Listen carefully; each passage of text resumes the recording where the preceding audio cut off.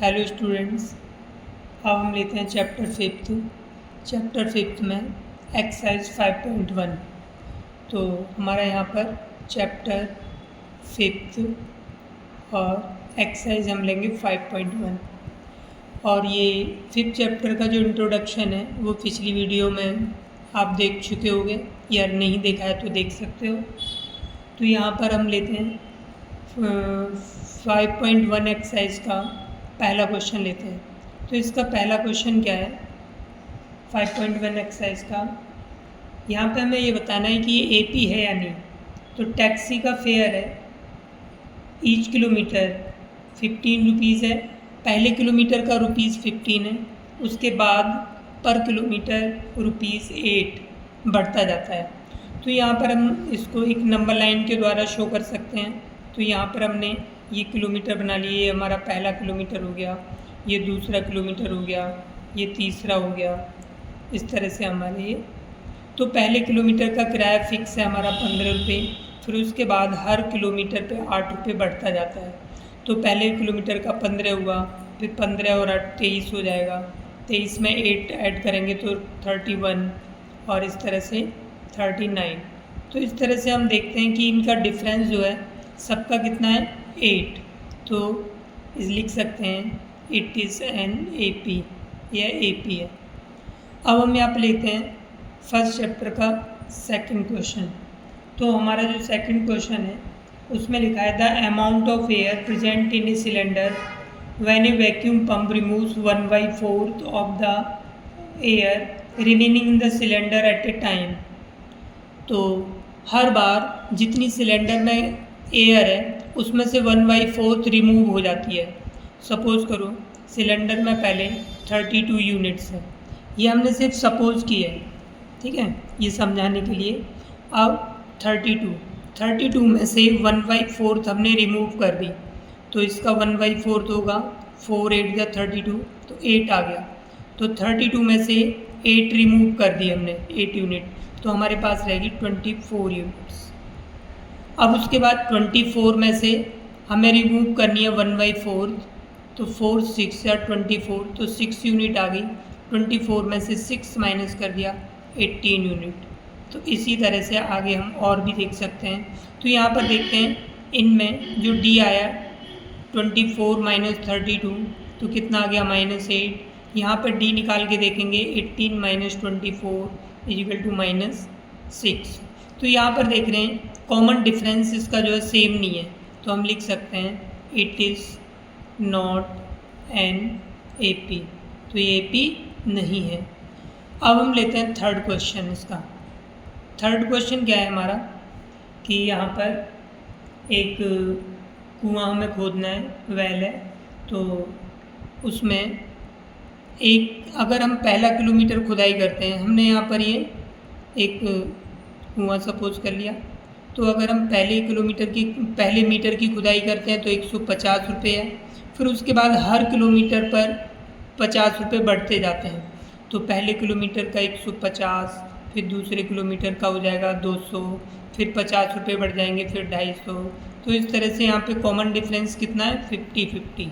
तो हम लिख सकते हैं इट इज़ एन AP। तो यहाँ पर ये AP है। अब हम लेते हैं इसका फोर्थ क्वेश्चन। फोर्थ क्वेश्चन में क्या है कि फोर्थ क्वेश्चन दिया है the amount of money in the account every year when ₹1000 हर साल डिपॉजिट किए जाते हैं, और 8% पर एनम का इसमें कंपाउंड इंटरेस्ट लगता है। कौन सा इंटरेस्ट लगता है? कंपाउंड इंटरेस्ट, और 8% पर ईयर लगता है पर एनम। तो यहाँ पर हम देखते हैं कि अगर हम 8% 1000 का 8% कितना होगा, 1000 का हम 8% निकालते हैं तो ये हमारे पास में 80 रुपीज़ आ गया। तो हमारा पहले ये हो गया, फिर 80 रुपीज़ इसमें ऐड हो जाएंगे, 1080 हो गया। उसके बाद हम देखते हैं अब 1080, इसका 8% निकाल के देखते हैं। तो इसका 8% निकलेगा तो ये आएगा 8% इसका 86.40। तो इसमें 1 080 में 86.4 ऐड कर देते हैं हम, तो 4 आ गया, 6 आ गया और ये 16 आ गया और ये 1, तो हमारे पास आ गया 1166.4। तो देखो इनमें डिफरेंस 80 है और इनमें डिफरेंस है 86.4, तो ये हम लिख सकते हैं it is not an AP। और हाँ, हमेशा ध्यान रखना है, ये तो हमने सॉल्व करके देख लिया, लेकिन कभी भी जब कंपाउंड इंटरेस्ट दिया हो तो कंपाउंड इंटरेस्ट कभी भी AP नहीं हो सकता। अगर सिंपल इंटरेस्ट है तो सिंपल इंटरेस्ट AP हो सकता है, लेकिन कंपाउंड इंटरेस्ट कभी भी AP नहीं हो सकता। अब हम लेते हैं इसका क्वेश्चन सेकंड का फर्स्ट। तो सेकंड का फर्स्ट क्वेश्चन क्या है हमारा, यहाँ पर A की वैल्यू दी है 10 और D की वैल्यू दी है हमें 10। तो हमें यहाँ पर फर्स्ट 4 टर्म्स निकालने हैं और उसके बाद में फर्स्ट 4 टर्म्स ही निकालने हैं हमें। तो हम यहाँ पे पहला टर्म्स A1 बराबर A इक्वल टू 10, तो हमारा फर्स्ट टर्म 10 आ गया। अब हम A2 सेकंड टर्म निकालते हैं, तो second term A1 plus D। A1 की वैल्यू कितनी है हमारे पास में 10, D की वैल्यू भी 10 है, तो इसलिए 20 आ गया। अब हम A3 निकालते हैं, तो A3 होगा A2 plus D equal to A2 की वैल्यू हमारे पास 20, D की वैल्यू 10, तो इस तरह से 30 आ गया। A4 निकालते हैं, A3 प्लस D हो जाएगा इक्वल टू 30 प्लस 10, तो यहाँ पर हमारे पास 40 आ गया। तो हमें फर्स्ट 4 टर्म्स निकालने थे, तो इस तरह से फर्स्ट 4 टर्म्स आ गए हमारे, ठीक है। इसी तरह से हम 5th 6th 7th इसी तरह से टर्म्स निकाल सकते हैं। अब यहाँ पर हम इसका एक और क्वेश्चन ले लेते हैं, फोर्थ क्वेश्चन, बाकी अपने आप ट्राई करके देखना। फोर्थ क्वेश्चन हम लेते हैं, A की वैल्यू हमारे पास -1 है, D की वैल्यू 1/2 है। तो हमें फर्स्ट टर्म निकालना है A1 equal to A equal to -1। अब हमें A2 निकालना है, A2 क्या होगा हमारा A1 प्लस D। A1 की वैल्यू कितनी है हमारे पास -1 प्लस 1/2, तो इसको सॉल्व करेंगे, -1 में से 1/2 को माइनस करेंगे। यहाँ पर हम या फिर ऐसे कर सकते हैं, एलसीएम लेंगे 2 -2 प्लस 1 इक्वल टू -1/2। फिर A3 निकालेंगे तो हो जाएगा A2 प्लस D। A2 की वैल्यू हमारे पास में कितनी है -1/2, D की वैल्यू 1/2, ये माइनस प्लस, तो इक्वल टू ये 0 आ जाएगा। अब फिर हमें निकालना है कौन सा term A4 A3 plus D हो जाएगा। A3 की वैल्यू कितनी है हमारे पास 0 और इसकी वैल्यू 1/2, तो इक्वल टू ये कितना आ गया 1/2। तो इस तरह से हमें 4 टर्म्स निकालने थे, फर्स्ट सेकंड थर्ड फोर्थ, इस तरह से हमारे 4 टर्म्स आ गए और बाकी के टर्म्स निकाल सकते हो। अब हम इसी का लेते हैं और बाकी के क्वेश्चन ट्राई करके देखना। अगर किसी में प्रॉब्लम हो क्वेश्चन में तो कमेंट्स में कह सकते हो, कमेंट्स में बता देना, मैं सॉल्व करके सेंड कर दूंगा वीडियो। अब उसके बाद में थर्ड क्वेश्चन, हमारा जो थर्ड क्वेश्चन है, थर्ड क्वेश्चन में निकालना है हमें right the first terms and the common difference. तो यहाँ पर हमारा first question 3 1 -1 -3 and so on. तो यहाँ पे फर्स्ट टर्म A हमारा कितना है 3, D निकालना है, D का फॉर्मूला मैंने बताया था A2 माइनस A1। तो हमारे पास A2 की वैल्यू 1 है और इसकी वैल्यू A1 की 3, तो इसमें से माइनस करेंगे -2, तो हमारे पास एक ही आ गई वैल्यू, एक ही आ गई, दोनों आंसर आ गए हमारे पास में। अब हम इसका और एक और क्वेश्चन ले लेते हैं। अब हम यहाँ पर ये फ्रैक्शन वाली वैल्यू ले लेते हैं, तो यहाँ पर कर लेते हैं हम तीसरे का, हम क्वेश्चन नंबर लेते हैं थर्ड। तो 1/3 5/3 9/3 13/3 एंड सो ऑन। तो हमें A निकालना है, तो A की वैल्यू तो 1/3 हो गई, सिंपल है। D निकालना है तो A2 माइनस A1 करेंगे। A2 की वैल्यू 5/3 है हमारी और A1 की वैल्यू 1/3, तो हम यहाँ पर एलसीएम लेंगे, 3 आएगा, 3 से 3 कैंसिल हो गया तो हमारे पास 5 आ गया, माइनस 3 से 3 कैंसिल होगा 1 टाइम्स, 1 को 1 से मल्टीप्लाई करेंगे 1 आ गया, 5 में से 1 माइनस करेंगे 4/3। इस तरह से हमारी डी की वैल्यू ये आ गई और ये ए की वैल्यू आ गई। अब हम इसका देखते हैं क्वेश्चन नंबर 4। तो क्वेश्चन नंबर 4 क्या है, 4 का फर्स्ट ही ले लेते हैं, पहले फर्स्ट पार्ट लेते हैं। यहाँ पर हमें दिया 2, 4, 8, 16। तो इसमें हमें क्या दे रखा है कि हमें ये देखना है कि ए पी है या नहीं, ठीक है। और अगर ये ए पी है तो हमें इसके नेक्स्ट 3 टर्म्स निकालने हैं और कॉमन डिफरेंस भी निकालना है।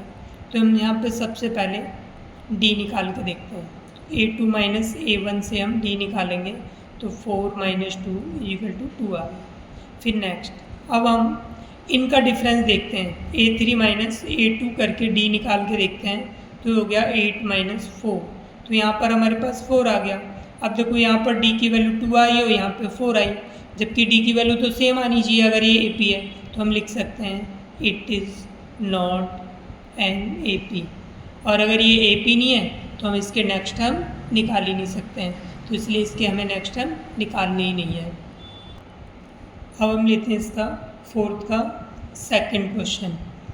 4th का जो सेकंड क्वेश्चन है यहाँ पर हमें दिया 2, 5/2, 3, 7/2, इस तरह से हमें ये दे रखा है।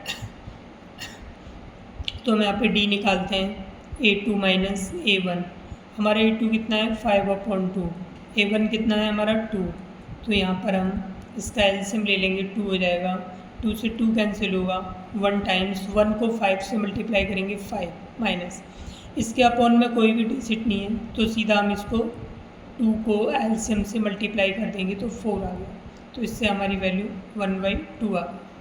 फिर हम एक बार और डी निकालते हैं तो ये हमारा A3 माइनस A2 करके निकालते हैं तो यहाँ पे 3 माइनस 5/2।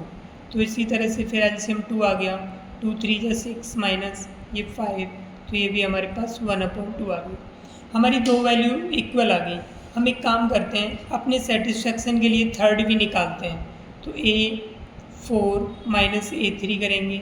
A4 की वैल्यू हमारे पास कितनी है 7/2 माइनस A3 की वैल्यू 3 है, तो यहाँ से A2 7 माइनस 2 3 जा 6 हो गया, तो ये 1/2 आ गया।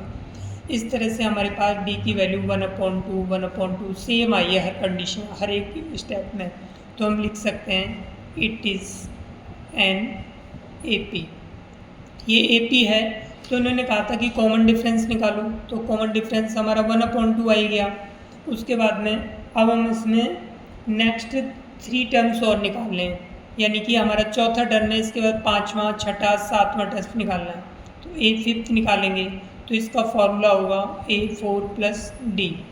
A4 की वैल्यू हमारे पास 7/2 है, D की वैल्यू 1/2 है, तो इस तरह से हमारे पास 2 ये आ गया, 7 + 1 8/2, तो इस तरह से हमारे पास 4 आ गया। अब हम A6 निकालते हैं।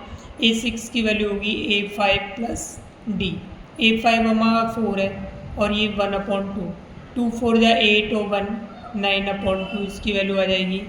अब ये A7 निकालेंगे, तो A7 निकालने के लिए हमारे पास में होगा A6 प्लस D। A6 की वैल्यू 9/2 है, प्लस D की वैल्यू 1/2, तो इसको हम ऐड करेंगे तो हो गया 10/2 = 5। तो इस तरह से हमारे नेक्स्ट 3 टर्म्स ये हो गए। तो इस तरह से हमारा ये क्वेश्चन सॉल्व हो गया। अब हम यहाँ पर 5th क्वेश्चन लेते हैं। ये जो 4th का 5th क्वेश्चन है, ये अंडर रूट वाला क्वेश्चन है। बच्चों को इसमें प्रॉब्लम होती है, तो इसीलिए मैं इस क्वेश्चन को करा देता हूँ। 3 + 2√2 3 + 3√2। तो यहाँ से ये हमारे D निकाल के देखते हैं हम। D बराबर हो जाएगा A2 माइनस A1। तो A2 की वैल्यू हमारी 3 + √2 माइनस A1 की वैल्यू 3।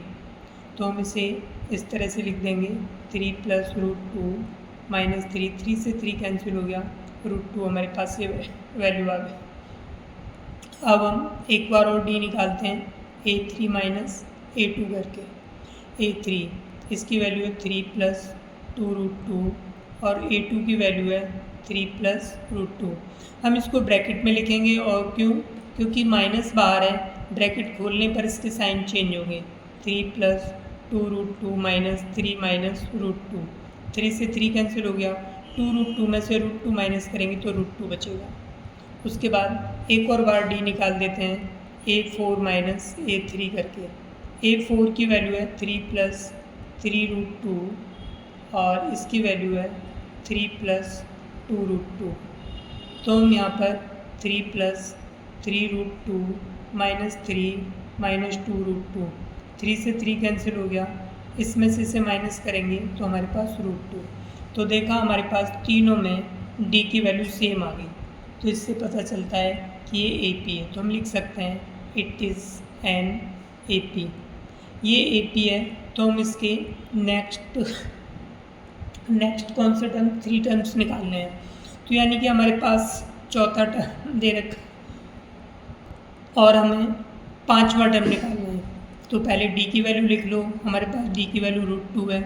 तो अब हम इसका 5वां टर्म निकालते हैं। तो 5वां term A5 = A4 plus D. A4 की वैल्यू कितनी है हमारे पास में, 3 प्लस 3√2 प्लस डी की वैल्यू √2, 3 प्लस 3√2 प्लस √2। अब 3 प्लस ये 3√2 और 1√2, यहाँ पर कुछ नहीं है तो 1 माना जाता है, तो इसको इसके साथ ऐड करेंगे तो 4√2। अब इसी तरह से हम A6 निकालेंगे, तो A5 प्लस डी आएगा। A5 की वैल्यू है 3 प्लस 4√2 और डी की वैल्यू √2, तो 3 प्लस 4√2 प्लस √2।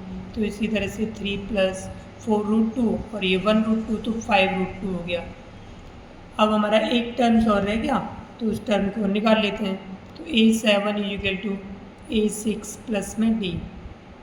A6 की वैल्यू ये होगी 3 प्लस 5√2 प्लस में √2, ये डी की वैल्यू होगी। तो ये हो जाएगा 3 प्लस 5√2 प्लस √2, तो 3 प्लस 6√2। तो हमारे पास ये 3 वैल्यूज हो गई, नेक्स्ट 3 टर्म्स हो गए। तो इस तरह से हम इसे सॉल्व कर सकते हैं। अब इस तरह से बाकी के क्वेश्चन ट्राई कर सकते हो। अगर किसी क्वेश्चन में प्रॉब्लम है तो आप कमेंट बॉक्स में लिख देना, उसके बाद में आपको सॉल्यूशन मिल जाएगा उसका।